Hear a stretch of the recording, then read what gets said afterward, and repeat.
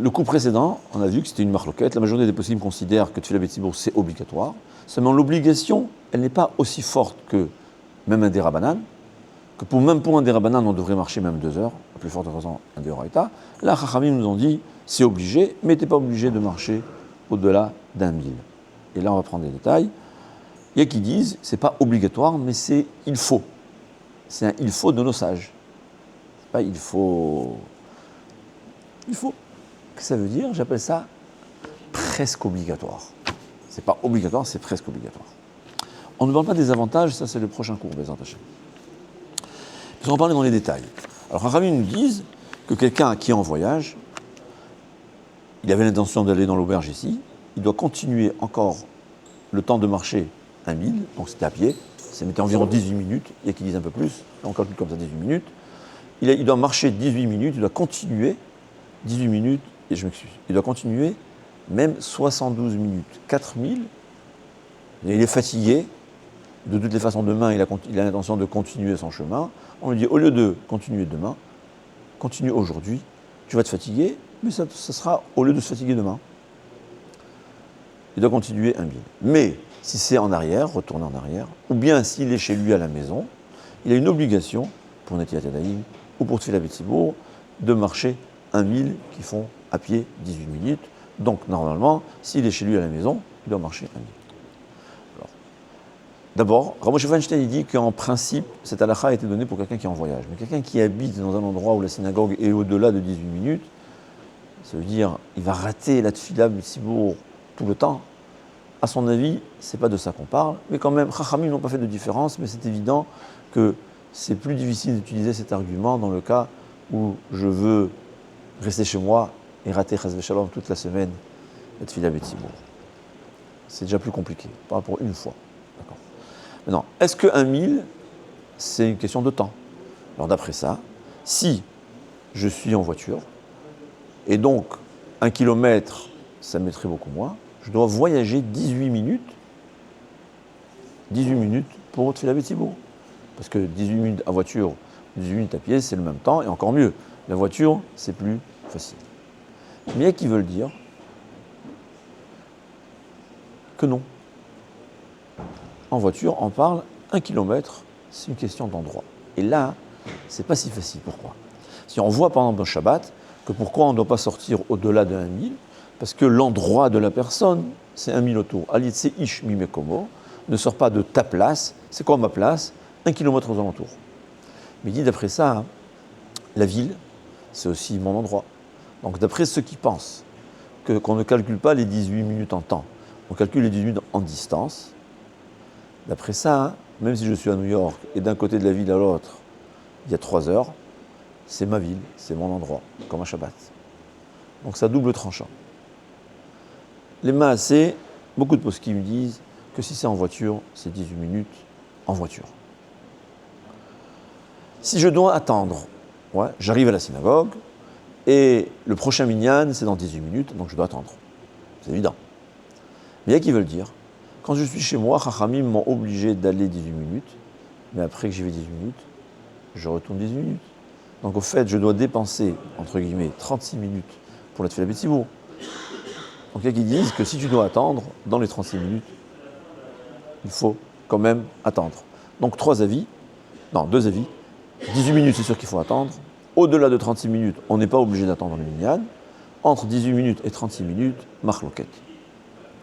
Khamim n'ont pas tenu en compte le retour. Peut-être parce que le retour, c'est pas difficile pour un homme. Quand je retourne à la maison, ça ne fait pas partie du calcul de l'effort qu'on doit faire. Est-ce qu'on doit dépenser de l'argent pour Tfila Beminyan? Je n'ai pas de voiture. Est-ce que je dois prendre un taxi? Est-ce que je dois dépenser de l'essence? Est-ce que je dois dépenser le bus ou le métro? Alors, là, la chaélé, qu'on ne doit pas, on n'est pas obligé de dépenser de l'argent pour un minyan. Comme il dit Rav Shlomo Zalman Auerbach, puisque tu vois que Chachamim, même d'après ceux qui disent que c'est obligatoire, c'est moins obligatoire qu'un dérabanan. Un dérabanan standard, je dois faire l'effort, je dois marcher plus qu'1 kilomètre pour accomplir la mitzvah. Le 2e jour de Rosh Hashanah, le chauffard se trouve à l'autre bout de la ville, donc il n'y a pas un problème de marché de Hérouvé Techomine. Je dois marcher même 3 heures pour écouter le chauffard. Alors pourquoi ici on voit que Chachamim ne nous ont pas obligés? Donc même ceux qui pensent que c'est obligatoire de faire un effort. Mais limité, un effort limité. Il dit donc c'est la raison pour laquelle aussi Chachamim ne nous ont pas obligés de dépenser de l'argent. C'est une question d'effort. On a vu d'ailleurs, on a peut-être oublié de parler auparavant, quelqu'un qu'à minuit se rappelle qu'il n'a pas fait vite, maintenant c'est s'habiller, allez, il va dormir, au lieu de dormir à minuit, il va dormir à 1h, et le lendemain il sera fatigué. Fatigué au début, c'est pas grave, mais il sera vraiment fatigué. Alors, les postes qui me disent, on n'est pas obligé, parce que la fatigue est équivalent à l'effort nécessaire pour marcher 18 minutes. Donc, puisque Rami ont limité l'obligation, dire on n'est pas obligé de dépenser de l'argent. Ce que Rav Yashiv dit, par contre, l'essence de la voiture, personne n'a dit qu'on ne doit pas. Je veux dire, cette dépense, ça coûte de l'argent. Non, pourquoi? Parce qu'un homme utilise l'essence même pour des raisons subtiles, donc ce n'est pas vraiment un effort. Et même le métro ou un bus, dit Rav Yashiv, c'est une dépense que je ferais pour n'importe quel besoin. On ne peut pas faire entrer ça dans le cas des dépenses. Un taxi, par contre, non. Parce que je ne vais pas utiliser un taxi pour ce qui n'est pas mes besoins standards. Donc, faire une dépense qui n'est pas habituelle pour une utilisation standard, je ne suis pas obligé. Mais une petite dépense que je ferai pour n'importe quoi, c'est sûr qu'on doit le faire. Quelqu'un qui n'a pas de l'argent, alors même une petite dépense, c'est considéré comme une grande dépense. J'ai un rendez-vous d'affaires, est-ce que je dois le rater pour Tfila Betsibour? Alors évidemment, celui qui a Emouna, il sait, il est impossible de perdre quand on fait Retzon Hashem. Quand on accomplit la volonté d'Hachem, au contraire, Akadosh Baruch Hu dans sa bonté, et moi je suis convaincu de ça, et dans beaucoup de cas, quand on m'a posé des questions, c'est ce que je ressens. J'en suis convaincu. Quand quelqu'un ne mérite pas une affaire, Hachem lui envoie une épreuve. Et s'il surmonte son épreuve, eh bien là, il méritera l'affaire. Alors en général, c'est une épreuve, je ne suis pas obligé. Pour quelqu'un pour qui le Shulchan Aruch, si on lui dit que c'est assour, il le fera, ce n'est pas une épreuve. Mais l'épreuve, c'est quand le Yetzer Hara te dit oui, c'est pas obligé. Alors sache, saute sur l'occasion. Mais quelqu'un qui n'a pas cette émouna-là, alors il vaut mieux étudier le Chovot Halvot Shara Bitachon et atteindre cette émouna.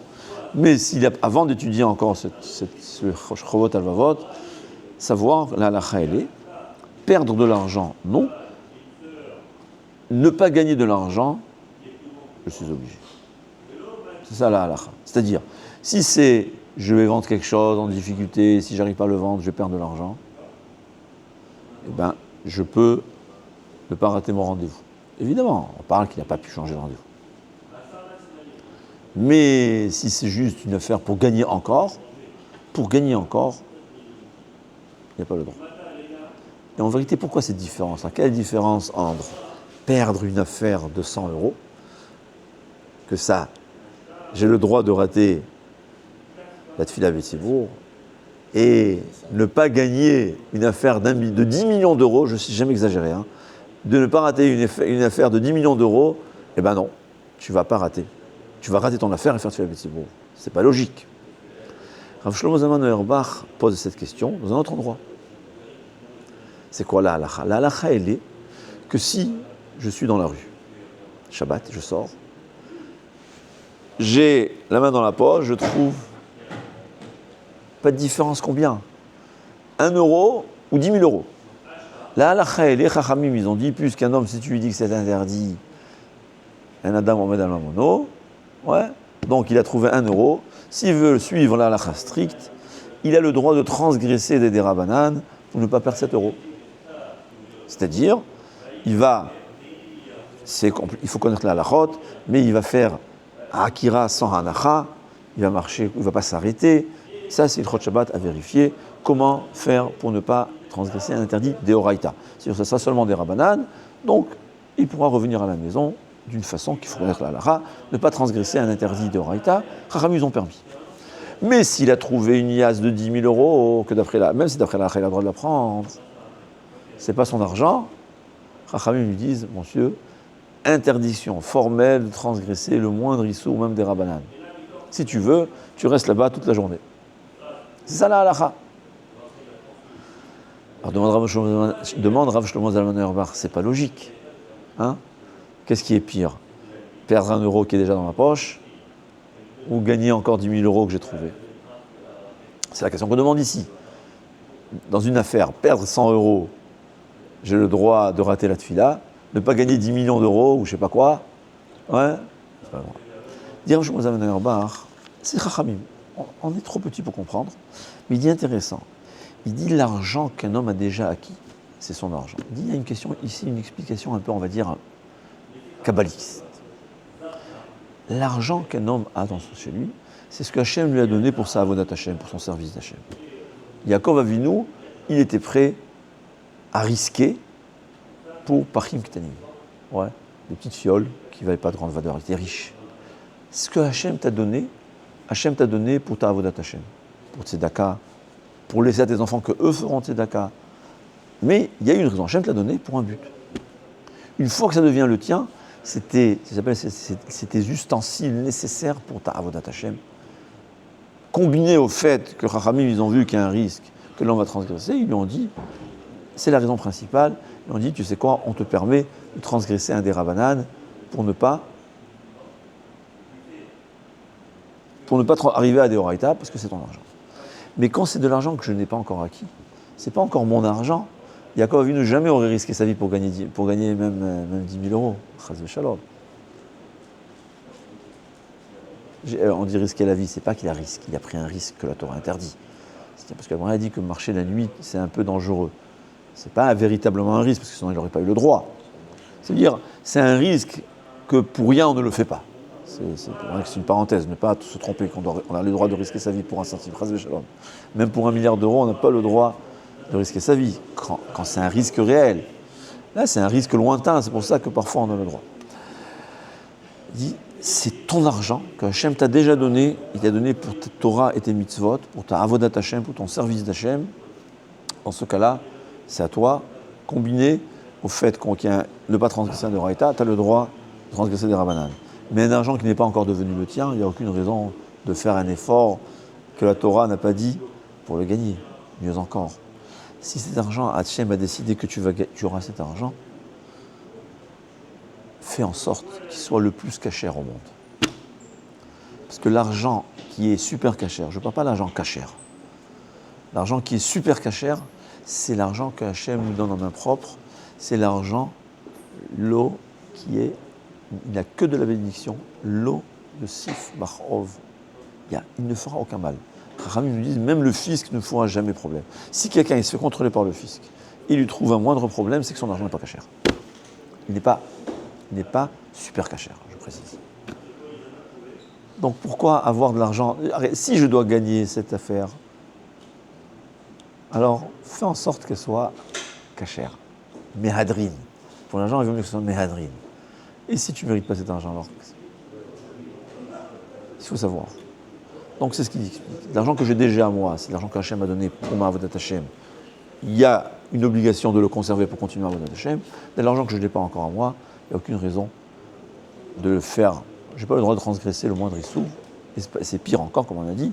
Une fois qu'on a transgressé le moindre problème, c'est un argent qui a été gagné, il n'est pas méhadrine. Il n'est pas méhadrine, il n'y a pas la bracha d'Hachem. Il ne sera pas maudit. L'argent pas cachère, il est maudit. L'argent cachère, il n'est pas maudit. Mais l'argent, pour qu'il y ait de la bracha, il faut que ce soit de l'argent méhadrine. Soit méhadrine super cachère, il faut savoir. C'est ça, pour comprendre les choses. D'ailleurs, on a demandé à Rav Zilberstein, il y a une usine dans laquelle les employés, s'ils venaient chaque jour à temps, tout le mois, il y a une prime. Il faut tout le mois, 30 jours. Et tout d'un coup, l'employé qui, tout le mois, il a l'habitude d'arriver à l'heure, une fois il rate, et ouais, il s'arrive en retard. S'il fait de fila Betsibour, il va rater cette prime. Lui dire à Zilberstein, si tu es en début de mois, c'est ne pas gagner. Ne pas gagner, tu n'as pas le droit de rater de faire le pour gagner quelque chose. Mais si tu t'es déjà levé presque la moitié du mois, je ne sais pas combien, bon. Et là maintenant, si tu viens en retard, tu vas rater ce que tu mérites pour le travail que tu as donné, que tu as fait les jours précédents. Ça s'appelle perdre de l'argent. Tu n'es pas obligé de filer à Bétibourg. Mais là, évidemment, bien que c'est retard, c'est le domaine où l'homme, c'est conseillé à l'homme de vivre dans sa émouna. Alors quelqu'un qui file à Bétibourg, comme ci, comme ça, je ne sais pas. Mais quelqu'un qui est toujours tué à Bétibourg, il est Béhémet Makpid, et une fois, il a une épreuve pareille, savoir. Toute épreuve qu'Hachem nous donne, c'est pour nous donner encore plus. Am Israël, dans Avot HaKadoshim, Hachem leur a pas donné des nissionotes pour les embêter. Il a fait des nissionotes pour justement leur donner encore plus. Tout ce qu'on a aujourd'hui, c'est seulement et uniquement grâce aux épreuves que nos ancêtres ont surmontées. Et nous aussi, dans la vie, c'est comme ça. Toute notre réussite dépend des épreuves. Celui qui n'a pas d'épreuves, je ne sais même pas s'il s'appelle qui a... Mais c'est la clé de la réussite, c'est l'épreuve. Les épreuves dans l'argent, c'est seulement et uniquement parce que Hachem, il veut nous donner encore plus. C'est pas shoot. Il faut vivre dans cet esprit. Hachem, il nous aime, il ne veut que nous donner. Tout ce qu'il nous fait, c'est pour nous donner encore plus.